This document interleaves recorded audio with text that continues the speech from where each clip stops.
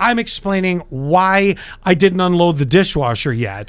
And instead of being, it's, The Scott and Alley Not For Air podcast. The rules are gone. The shirt is untucked. Here's Scott and Alley. Do you care if I go first on the Scott and Alley Not For Air podcast today? Oh, I don't care. I get a feeling my story is going to pop itself back up because I know you have something you want to cover too.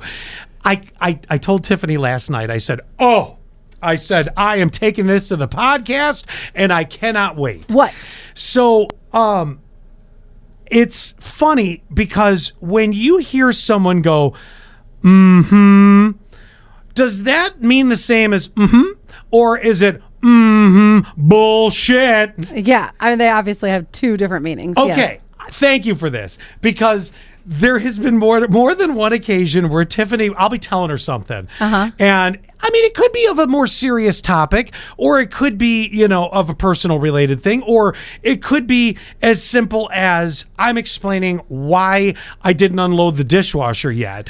And instead of being, it's, and then she tried to explain it off. She goes, well, you're talking to me or telling me things while I'm scrolling on my phone. I'm like, that is not the excuse for versus It's like, whatever, I don't believe you. Yeah, you're full of shit. You should have got it done. Don't even. Yeah. I kid you not. And I'm beginning to find, and it was really funny because we were laughing about this. I go, what is this? Is this the I'm with you, or is it just your natural style that you sound like you're snarky to me of the and I'm like, well, maybe it's gotten to the point of the relationship where everything is snarky. Well, maybe. I mean, but it's like stressing me out because I'm like sitting there, I'm telling her something, I'm like, well, why didn't you have the dishwasher unloaded in time? Yeah, well, because I got caught up, the dogs got into a fight. I'm like, but they get into fights, or it'll be one of those things. Well,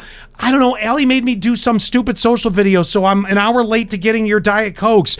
And I'm like, don't blame no, but this really, on me. She does make me do stupid videos all the time. Sometimes they're great. Don't blame this on me because it's anything. You leave at a very reasonable time from this building every day. I agree with you 1,000%. So don't blame me. But I'm just for saying, you not doing the dishes. I'm using the example like, okay, would you me? Sometimes you and I will tag team the sink in the kitchen here at the radio station. Yes. Both of us are offenders. Both of us are offenders. Both of us are problem solvers. Sometimes you'll do the dishes, even if I leave one in there from the day before. Yeah. And vice versa, we'll do it. Yeah. Rarely do we leave the other one for a long period of days of stretches of not doing a dish. I don't even think that's ever happened. It's never days. It's like a day. Well, if I came to you and, it might start like this. Hey, Scott, I saw you had a couple dishes in the sink still that you didn't get to. Oh, man, you know what? I keep forgetting to get to it because Wendy's got me doing this. Jonathan's got me doing this. And then you go, I'm going to feel a certain way. I'm not going to be like, okay. Everyone's all of a sudden defensive. Okay. So you understand my defensive on the Oh, yes. Or passive aggressive or snarky And I really did ask her, I go, are you getting on me? And she was like, what? I don't know that she did subconsciously. No, I don't know. I do it, but I do it with the word thanks. So if I'm oh my God, your thanks is oh wow. Can you do it once? Hey, Allie, I did something that I should normally do around the building, but I want credit for it. Thanks. God, that's just wow. If I'm appreciative, it's the elongated S. Yes, if I'm appreciative, then I go, oh, thank you so much, whatever. Yes, you do. But Zach will, when I give him the thanks, he's the like elongated S, or he'll go, thank you, and he knows that I am just not. I'm feeling a certain kind of way. Yeah. And yours sells it with. You got to do it with me. The elongated S. The thanks. My lips are going. Like I'm still gonna give you the appreciation, but I really don't. No, you're not. You're not giving me the appreciation. Want to give you the appreciation. It's like I don't. I'm not. I know. I'm not that full of shit. Like if I'm trying to. Oh, I thought you were going to go, but I'm not. If I'm literally able to justifiably say, these are the reasons. Now, if I'm stumbling all around. Well, but you can justify anything. Well, yeah, but that's a talent. Listen, that is a crafted talent of a lifetime. Right. But that being said, if I can give you, without stumbling around, viable reasons, I feel it doesn't deserve the it deserves the and I also feel the is reserved for, I'm telling you something. You're scrolling through your phone, which means you're really barely paying attention to what I'm saying, but you're making it seem like you are to I can't figure out what's worse, because now I've tried to end this relationship, set so many healthy boundaries, and I said something really just cutting the other day. And I came back and I gotta lower myself. This is where it hurts. I came back and I apologized for it. It was really silly. It was so I had made salmon, and which seems to, everything comes back to salmon. Yes. So I had made salmon, and he was like, "Oh, is there anything that I can do for dinner?" I said, "Yeah, buy the salmon next time." Ooh, dang. And the next day I was like, "I'm sorry for that. I did not. That was cutting. I didn't mean that." But now the running joke is he will now say, "Well, I'll buy the salmon next time." So, by the way, do you get your salmon at Aldi? Sometimes, because he can afford it. Aldi. Wegmans, if I'm getting frozen, if I'm getting more of like the fresher with, like, you know how they'll have the rub on it, then I'll get it from Aldi, and it's so good, and it's massive. Oh, I know. You could easily I love that. You could feed 1.5 people with that. But a lot of times I'll buy like a bag, or even like Sam's Club, I'll buy a bag of something, so that way it lasts me quite some time. Oh, sure. Yeah, sure. I'm efficient like that. Quite cutting. I love that. Hey, when you say that you're trying to set healthy boundaries, does he set any boundaries? Yeah, actually, there was something the other day that we talked about. It's navigating. So one of the things that he had mentioned, and I really like this, is I treat him like he lives there. And he almost treats being at my house like he's still a visitor. And I was like, "Oh, let's keep that up." Yeah, no, I was like, "No, that's got to end. That you're not." Why does that have to end? Doesn't that add a level of not getting too comfortable? That sounds terrible. No, at this point, like, you're here enough and you've done enough projects around my house, so you need to quit looking at it like you're a visitor. Like, but where's the difference? I would think that treating it like a visitor, you're guaranteed he's going to put stuff in the dishwasher. Well, he better, even when he is my my housemate. Well, yes, I know, but you do Now that was a totally different That was the I'm agreeing, but this is painful. So let's go. Actually, let's figure this out. Okay. That is, I'm full of shit. You're right, and I'm and is I'm scrolling through my phone and barely paying attention to the words you're saying. Are we good? Yeah. Okay. So back to this. You do realize the minute that you take off the Batman mask and say, you live here. Yeah. Well, he doesn't live there, but he's just there enough that you're not a visitor. If you're doing your laundry at this house, if you're, I don't know, sawing down trees and all of that, like, you're out of visitor territory now. I don't disagree, but I think it's hard for him. Is he paying any bills? No. Okay, cutting. No. I'm saying because he pays bills at his house. I pay the bills at my house. Sure, obviously, until he moves in, is no longer feeling like a guest and becomes a slob. That's what I'm worried about. You better not. Well, but I'm kidding. The comfort level can change when it becomes some sort of an official, status. Now, listen, I am not getting on Zach. I think very highly of Zach. And, he's the best. And you saw how I treated him this past Friday prior to his coaching of what to talk to Scott about. And I would say that I made him feel very comfortable and even had fun with him in a way, because he cracked a great line. What did he say? It was something about you. Okay, so Allie was in the Gus Macker basketball thing, and it was just something that had happened during it, whether you were... the fact that I hit, or the fact that I was huffing and puffing all over the court, Or was it that I scored no baskets?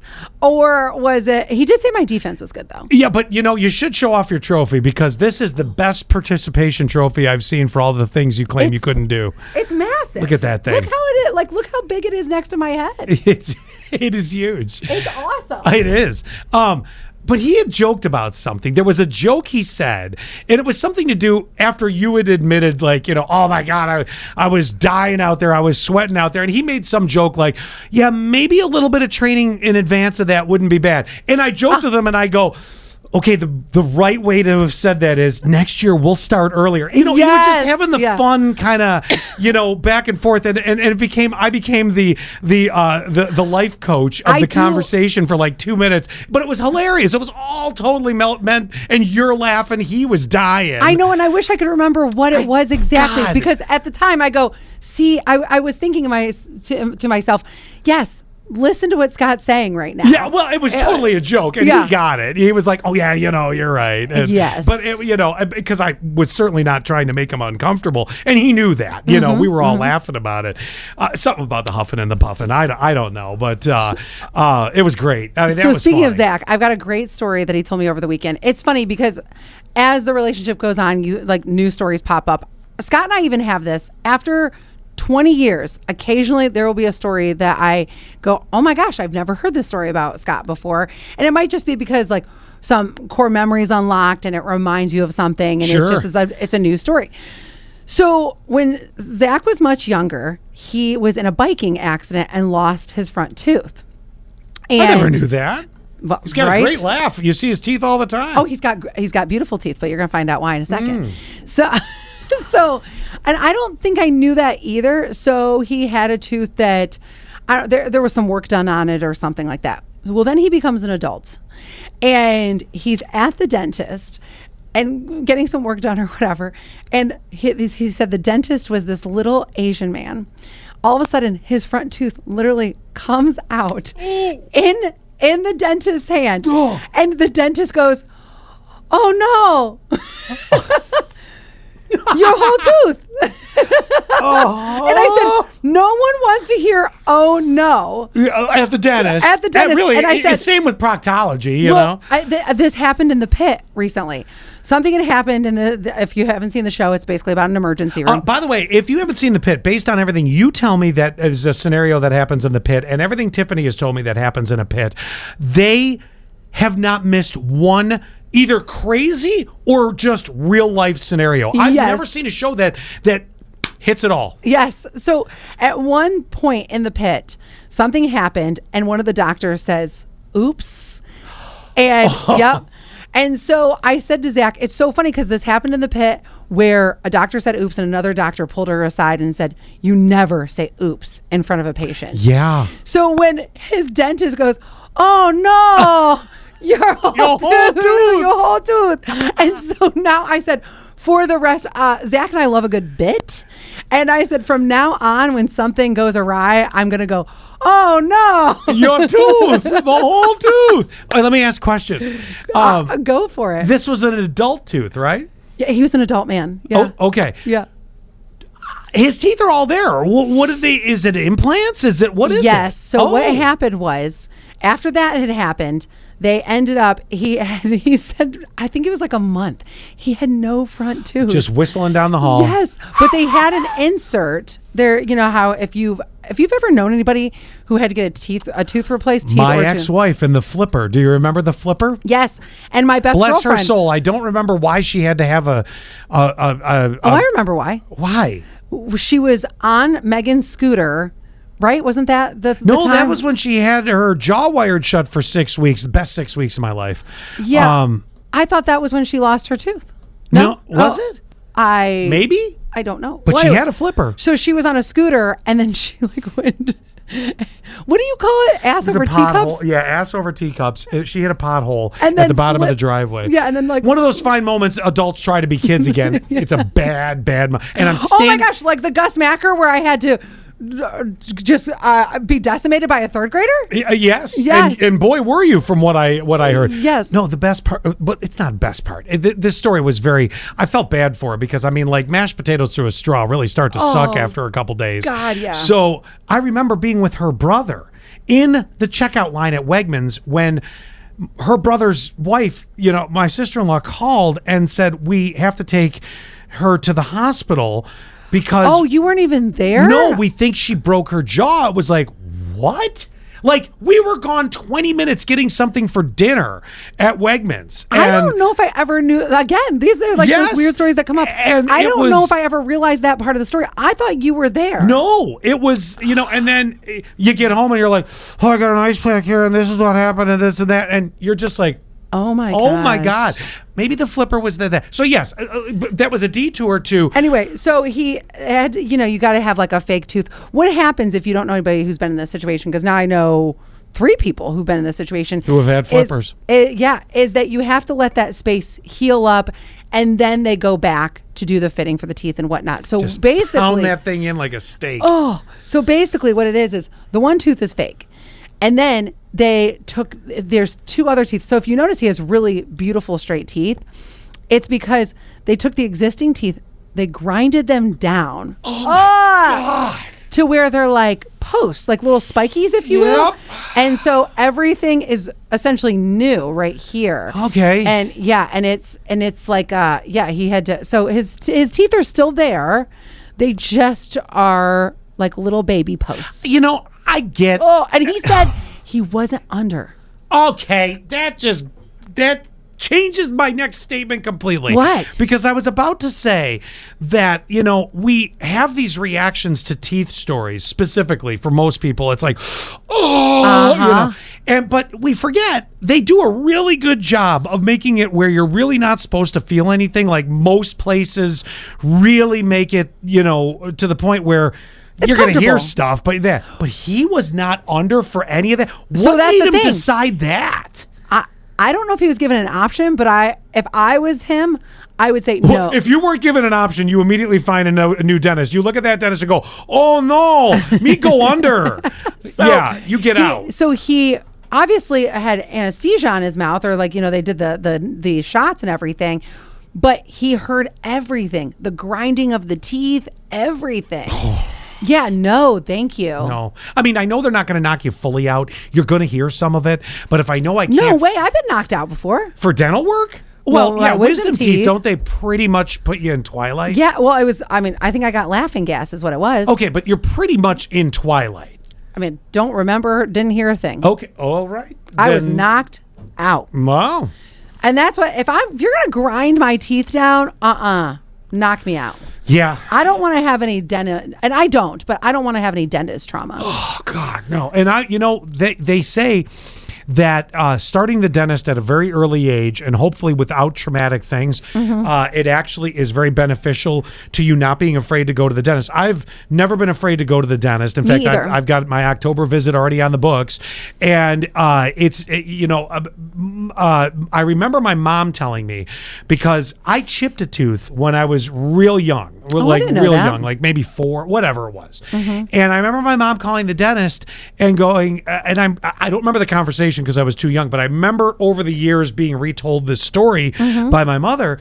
And she said, no, the dentist said, if you're not feeling it, if you don't have any effects, like when you drink something, it hurts or whatever, it must have been a very mild chip, then don't, because we don't want to make it a traumatic situation. He's always afraid to go to the dentist. So at a young age, that actually helped me, and I've never been afraid to go to the dentist, except for that one place in Cleveland. Oh my God. So I went to a dentist that the guy he's a dentist that used to be a professional speed skating Olympian. He's got to be retired by now. This is crazy. I know. His profession after that was dentistry. Cool. Have you ever had your gums scaled with the metal hook where they're grinding it down?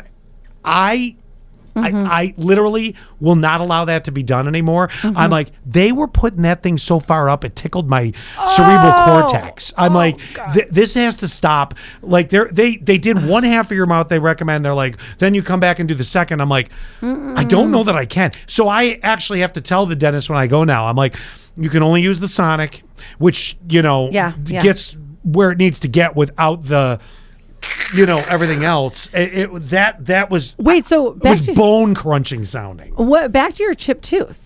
So did they end up just putting like a little piece to fill it in? I don't think they did anything. I think I was near enough the age where it was eventually going to fall out, and then the adult tooth was going to come in. I mean, my mother was trying to be proactive. Don't get me wrong, and she was great at stuff like that.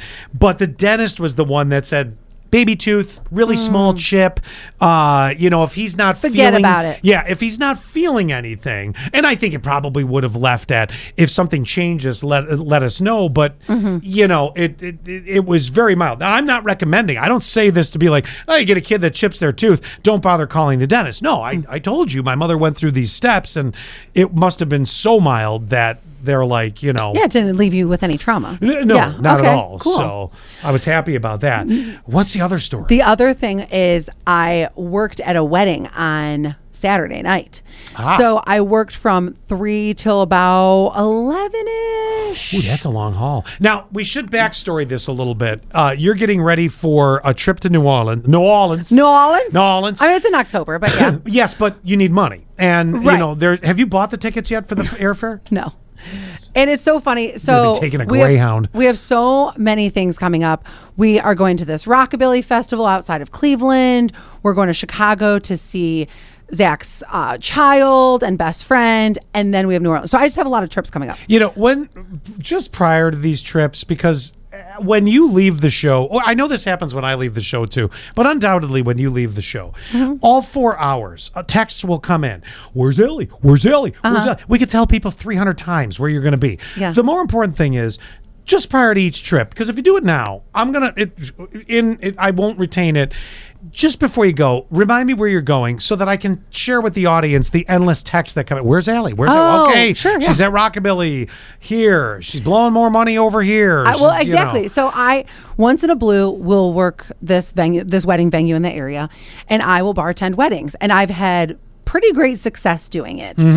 The first one I ever did, I think I kind of got spoiled by it and made a lot of money. That's great. I won't say how much, but I made a lot of money. And they were from Long Island, very good tippers, all of that. The last wedding I did last season, again, made very good money. And now I've heard that there is that occasion where the bar doesn't do as well.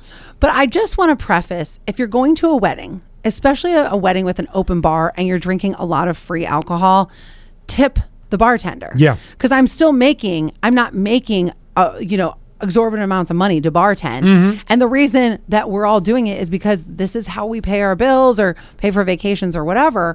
So I did not usually I set up my bar in the morning. What happens is the bride and groom, they will provide the alcohol. So I'll go early, like 7 a.m. and I will fill the fridge, ice everything down, cut fruit, whatever I need to do. Yeah.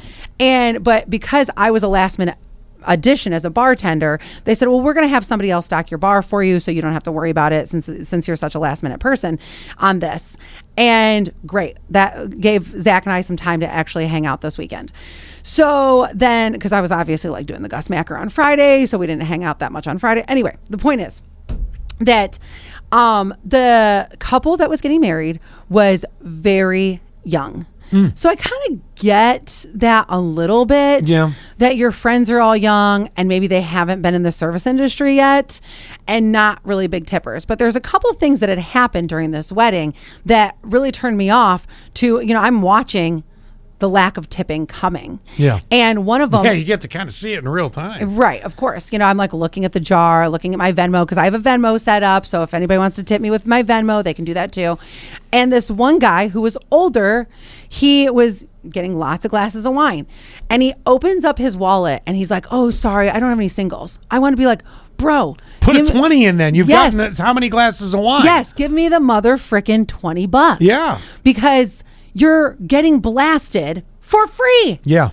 give a 20. Shocked it was an open bar. You never see that anymore. Oh, it's very uncommon. Every wedding I've bartended there are open bars. God, that's interesting because a lot of people don't do that anymore. I don't see why not. Like Because they might do it, but they might limit it for like 2 hours. Like they'll do we'll do an hour before Cocktail dinner hour. and then 1 hour after. But if you're there, if it's a 4 hour or longer event, a lot of weddings will end up going, okay, now the bill is going to tip your way. You know, you have to pay for something. And listen, none of this is cheap. So I can understand both ways. It makes me think somebody in their very young couple family must have sprung for the bar. That must have been their gift because it is not cheap. Sure. Yeah. And they had Tanqueray, they had Jose Cuervo tequila, they had all the stuff. So, and that's the thing, people were drinking. Then there was this other young girl. She told me her age. She told me she was 23, but she's like, oh, I'm a caregiver or something like that. I make my own schedule. I make over $30 an hour. I still live with my parents because why not? It saves me money. She tipped me no dollars. No dollars. Another guy was getting blasted. Again, this is a different guy. And he's like, I'm trying to Venmo you a tip, but I have a crack in my phone and it won't let me. And I'm just like, so then hand me your phone and I'll make sure it goes through. Well, I wanted to send him a request, but you can't do that. Yeah, no, I understand you can't do that. Now, a girlfriend of mine, I was talking to her about it yesterday, and she said, I don't think I ever really tip at a wedding. I'm like, what? You need a tip at a wedding. And Zach and I were saying how we're going to, a friend of his is getting married at the end of August. And he's like, when I drink for free, that's when I tip the most because I'm not paying for drinks. So why not? Right. And then he said, because he's done, a lot of service industry stuff as well. And he said, when I got married, he was married before. When I got married, we as the wedding couple paid a tip to the bartenders. And I said, I've never had that. I've heard of that happening too. Yes. And I kind of wish that would be the case just so I would get a guaranteed amount. Because when I tell you the amount I made, you're going to die. I'm ready. Is this going to hurt worse than the teeth story? Yeah. $59. For 3 p.m. to 11 p.m. Yeah. And wait, hold on a second. So that person set up my bar, had to tip them out. Tipped him a 20. I made $39. Now, do I get my hourly wage? Yes, I do. And that's the unfortunate part of working weddings is it's a crapshoot. It's a crapshoot. And I had heard stories before where there was like a girl that works there too. She had done a Sunday wedding and it was Hasidic Jews, I believe. And she was like, I made like no money, like $46. And I was like, oh, dang, that sucks. Like, I probably would never volunteer for a Sunday wedding. What if that's a cultural thing for that? Maybe. I don't know. But so the only thing we can do in this case is, as we do very well, analyze. But we can only analyze what possibly could have been the biggest issue. Now, minus the two drunk guys that you said were more mature. Yes. One guy had a cracked phone. The other guy pulls out, He was like 55 years old. And tries to pull the whole singles. I'm going to start with defending him for just a minute. Although he should have pulled out a 20 or whatever and put it in there. Yeah. I wonder if he thought other people were tipping. And well, if you looked at my jar, it wasn't full. It wasn't. All right, that kills that. Yeah. So, all right, you got cheapo old dude, getting drunk. The cracked phone thing, that was totally an excuse. That was, I'm trying to Venmo you. Yeah. No, you either were about to Venmo Allie $200 when you wanted to Venmo her 20, but you used the cracked phone as an excuse. So, yeah, exactly. Because I bet you, if you had a cracked phone, that's funny. You got it out. You can probably still text and call people. So interesting. So those two are what it is. Here's my question. Before I blame this on a generational thing, I wonder, because it's a younger couple, normally when you see a wedding invitation, if it's, let's pretend it's the 2-hour open bar, 1 hour before dinner, 1 hour after. It sometimes will say open bar, cocktail hour, and 1 hour following dinner. I've seen invitations where they clearly say, like, they're pre-informing you, bring cash. Like it's a nice way through the invitation to say, this is the etiquette we're looking for. We're only going to cover a certain amount of it. Now, I'm thinking, because it's a young couple, I'm thinking if it was gifted to them, the open bar, maybe it was an uncle that had some money, or one of the parents said, this is our gift to you guys by paying for it, because I can't imagine an open bar is anything less than $500. And especially if it goes from that time to that time. I can't imagine. So they have to buy the booze and they bring it in, and then that's how they do it. So if you buy, you're buying 2 bottles of Tanqueray at least, 2 bottles of Malibu at least. So you're right. It's probably gonna get up there to at least 500. It's 500. Yeah. Maybe it's 1,000. Depending on But you think about it. Think about the price of things. I mean, some of these bottles are, you go to a liquor store, they're not less than $40 a smaller bottle, and you're going to need more than one. So you start adding it up quick, 500 to 1,000, depending on the crowd, but depending on the group of people. I think that the young couple got so excited that they told everybody, "Oh my God, Uncle Bob got us all, is getting us an open bar," and it immediately canceled out for a huge amount of the demographic at the wedding. That meant free everything. Well, let me teach you something. I don't think that they've been trained to understand that. And I think also that's why they're not trained to go, let me pull out my phone and Venmo. I think they think it's all just there. Yeah. That's really what I believe happened. That is grossly inaccurate. I know, but I wonder, you have to think of young couple. You said early 20s. How much life have you experienced at that point? Not a lot. You're telling all your friends. How big was the wedding? How many people would you say? I would say at least 150. Okay. And so do the math on that. So I made 59. The girl downstairs at her bar made 64. So $100, just over $100 for both bars and tips. That is less than $1 a person. About 52 cents a person. Yes. So then on top of that, it makes me wonder, should the venue implement something where the bartenders get paid out so there is absolutely money being made? Oh, I think it's the company that has to do that. That's what I'm saying. The venue, the owners of the venue. Oh, okay. Yeah, so this isn't like a service of bartending, because you know how like there's DJs that go from this venue to this venue to this venue. This is actually the buildings, the service they provide. I'm hired from them. Yep. And she knew what I made, and I think that they might want to revamp. Yes, and I'm going to tell you why. I'm going to tell you exactly why. They've already booked out their facility again, probably no less than $2,500, because you probably have a caterer coming in. So unless they make their own food, I don't know. So how that works at this venue is you hire catering companies to come in. Like they had, this particular family had Nichols Pit Barbecue. Okay, so you're paying for that, but you're also paying for a DJ or a band. Yep. Okay, you're paying for you've paid for the booze, which is somebody did. Yep. So all these things are extra, and venues are not shy of $2,500. In fact, I could be so wrong on that on the low side that it's not funny. You're very low. Okay, how much is the venue? $5,000? I would. If 10 I grand? was, I've heard, and it runs high. Yeah. Let's say they make 10 grand. But they also are providing you all the staff, the chairs. It's a beautiful decoration. Yeah, but they're providing you the staff. Okay, so you don't have to deal with decorations, but they're providing you the staff, but then the staff's not getting paid because of the tips. So, but if you suggest this to the venue, there's going to be something that's going to change, and you should be prepared for this. What? They're going to want, if it's, let's say, for instance, the suggestion is made, if it's less than $250 that's made per bartender, all right?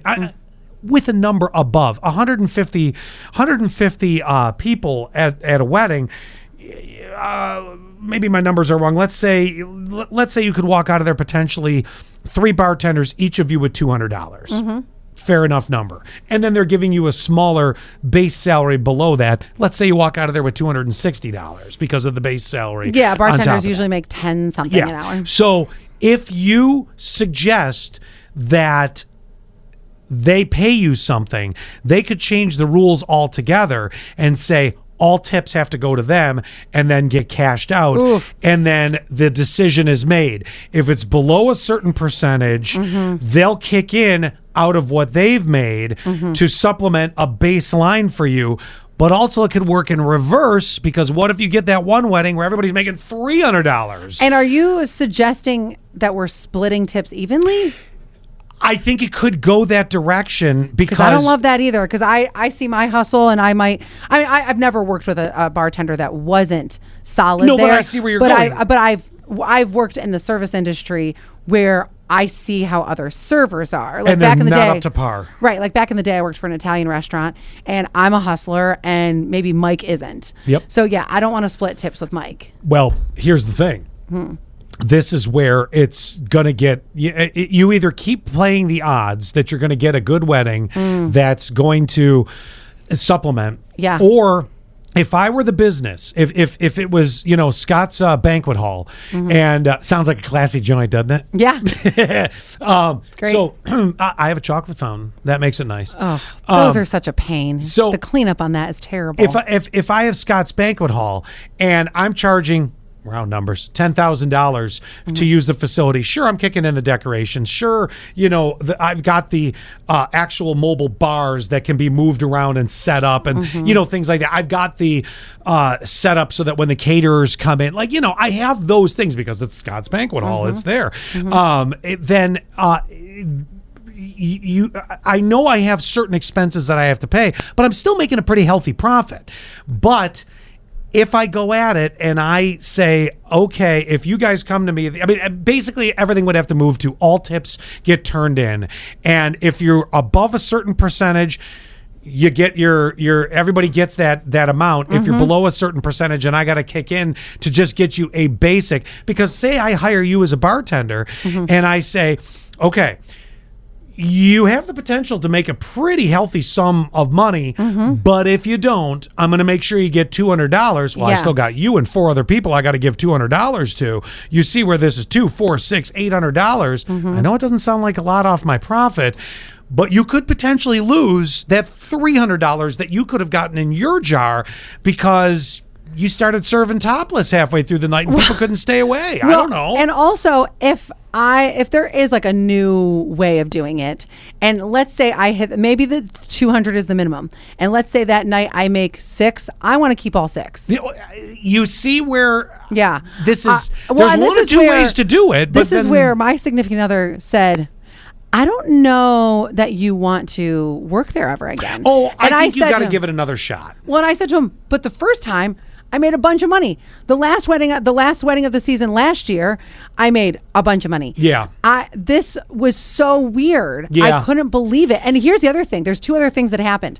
I had specifically asked prior to, where are they from? And they said where they were from. And they're not from here. This location was kind of like a central location for the bride and the groom's family. So the cities that they told me they were from, I was like, oh, sweet. They're from bigger cities. I'll be fine. That's another element. They weren't thinking about the local people. What? It didn't affect them. I think if it was a family that was like, say, from Troopsburg around here, there's a chance, A, they could know you. You've served weddings where people figure out who you are. Yes. So there's that. But also, it's kind of the taking care of your own people type situation. So now it's twofold. Now you've got a generation where they were yelling to all their friends, oh my God, open bar, woo! Yeah. And it already plants a seed. Nobody has to pay for anything, or it's totally covered because unfortunately I'm going to come back to the generational thing in a second here, but I think also the piece to it is they didn't care about you guys. You guys, they're in from out of the area. They could have cared less. You were nobody to them except servants. Now that's interesting because I don't want to touch too much on this because I have served a bar that has been locals before, and the tips prior to from locals don't tend to lean very well. When I served a family from Long Island, bang. Long Island's totally different. Long Island's money. Yeah. That's a totally different animal altogether. There's something there. Now I want to come back to the cultural part or the generational part. Is I remember even as a kid. So you got to figure when I was a little kid, and my parents weren't big drinkers whatsoever. But as a young kid, I watched both my brothers get married. My cousins get married. I've DJ'd my nephews. I've been involved growing up watching the culture and how they handle themselves. Mm-hmm. And there'd always be a tip going. I remember my dad. If my dad was going to get my mom a gin and tonic because she was, going to dance, classy whatever. lady. So my dad, if I'd walk up, because, as a kid, you're like, oh, Dad, can I walk up with you? You almost are like, it's a weird thing. Like, you want to see what's going on. That's Some so kids true. do. Yeah, yeah. So I think less and less today do kids really care. Like the kids probably sitting there on their phone at the table like, oh, this is kind of boring. When can we go, Mom? But generationally, years ago, you're kind of like, I want to see how this works. I want to walk with you through the buffet. I want to walk with you up to the bar to see what you do. Yep. And I remember these things of my father always making sure these sorts of things were covered. Here's a tip. Here's a, things like this. Oh, so I don't think that stuff's taught anymore, number one. Which sucks. It does. Because and this is where I was talking to that night. I drove home and I stopped. Zach was out with some dudes. And so I stopped to pick him up. And I was talking to one of his dudes about this. And his dude has worked in the service industry. And he's like, I just feel like people shouldn't be allowed to go to these events if they've never worked in service because they don't know how to tip. They don't know how. They don't. Yeah. And there's one other factor where Zach goes, oh, if you would have told me that, I would have known right from the jump that I wasn't going to make any money. Here's what it is. It's so funny. It's the little silliest thing. But so I told you that they were catered from a restaurant, but they were being catered from the restaurant on like the main stuff, pulled pork, chicken, ribs, blah, blah, blah. The sides were coming in from the family, and there was like baked beans in a crock pot. And Zach goes, as soon as you see a crock pot, you know you ain't getting no tips. That's right. Yeah, he's right. He's like, when it looks like the Payne family Christmas. Yeah. Nope. Right. He's like, Aunt Pam's broccoli salad isn't throwing out a 20. Yep. You're right. That's it. They were looking to cut the corners. Like I said, somebody bought them that bar. And when the youngins, when they decided to brag to all their friends, because you do, when you're a certain age, when you're 21 to 23, open bar. You're yelling, yeah, man, we're going to rock, man. You know, maybe not rocked. That might be. But there's got to be a happy medium on that then too, because you even said about like open bar from, and I mean, we could go round and round on the venue coming to the table to make sure that I make a certain amount. I've never had this issue before, so I've never even had to talk to them about this, but I might now. But anyway. You know what? I got a better plan. Kind of playing off Zach's, you saw a crock pot, come in. I think you should ask some questions before you commit. So in other words, if you're getting ready to... That's why I asked where they were from. Well, I did. But that didn't help me on this one. That didn't help you. So I think go deeper. Say, yes, and I think you should be totally honest. Next time you do it, like let's say it's 2 weeks from now, you have the opportunity, you call them and you say, hey, any events coming up? And you're like, yeah, as a matter of fact, we have a wedding coming up this weekend.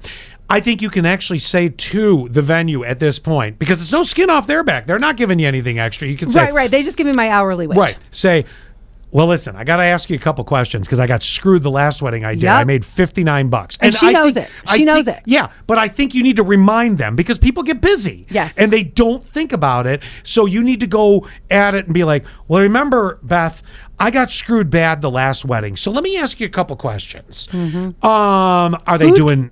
Who's catering? Yeah. Who's catering? What are they catering? What are they doing it all? Is it an open bar the whole time? Is it a cash bar? Because that's the other thing. If it's a cash bar, I feel you have a better opportunity to make tips, believe it or not. People are already in the mindset of, I got to have, you've got to have money or you are using an app and you're, it's easy to hit. It's like when you're at the restaurant now, beep, 20% done. I'm not doing any math. There it is. It's over with. So I think you need to go in harder and ask those questions and just be like, I'm just trying to gauge if I want to say yes or not. If you want to say yes. Now, there's one more thing you could do. You could say, again, I don't know who the person is. You could say, hey, Beth, I have to ask you one more question. Are you going to tell the people, just a reminder, be kind to your bartenders and waitresses? Yes, because I think that should be said. I think they should say that. And maybe I should put a sign out that says, instead of just my Venmo, I'm trying to buy a plane ticket to New Orleans. Well, yes, that's but why not make it funny? That's what I think I should do. I'm trying to buy a plane ticket to New Orleans. Don't forget to tip. Not even joking. You could do that. I don't know how that'll be received. People, it's like when you tell a joke, people sometimes get it immediately. Other people are like, huh? You know, so you don't want to seem like you're sitting on the corner of the exit ramp of 86 and Painted Post where the guy has the sign up and he's like, you know, working for pennies. Yeah, you know, or he's begging. You got to be cautious with that. I think the responsibility behind the establishment before implementing a make up the difference, and then it becomes very I don't like what the idea is that they take everything and then equal it out to everybody. Yeah. But I think what you need to do is you need to say, Beth, I think you need to start reminding your clients that if you've got to take care of the bartenders because they're really working mostly for tips here. Yeah. So it might be a kind thing to do to remind your guests, or at the end of the night, walk up and put 100 in the 3 jars. You know, you could take it right out of the envelopes that are put in the stupid wishing well. Yeah. You literally could take it out of that. Yeah. I get you. It's definitely going to have to be a conversation if I decide to ever do it again. I do think you should do it again. I think you should take another. Gonna have to start selling my butthole on OnlyFans. Wow. Well, and no one wants to see that. Yeah, that's well. That'll make you as much money as the bartending.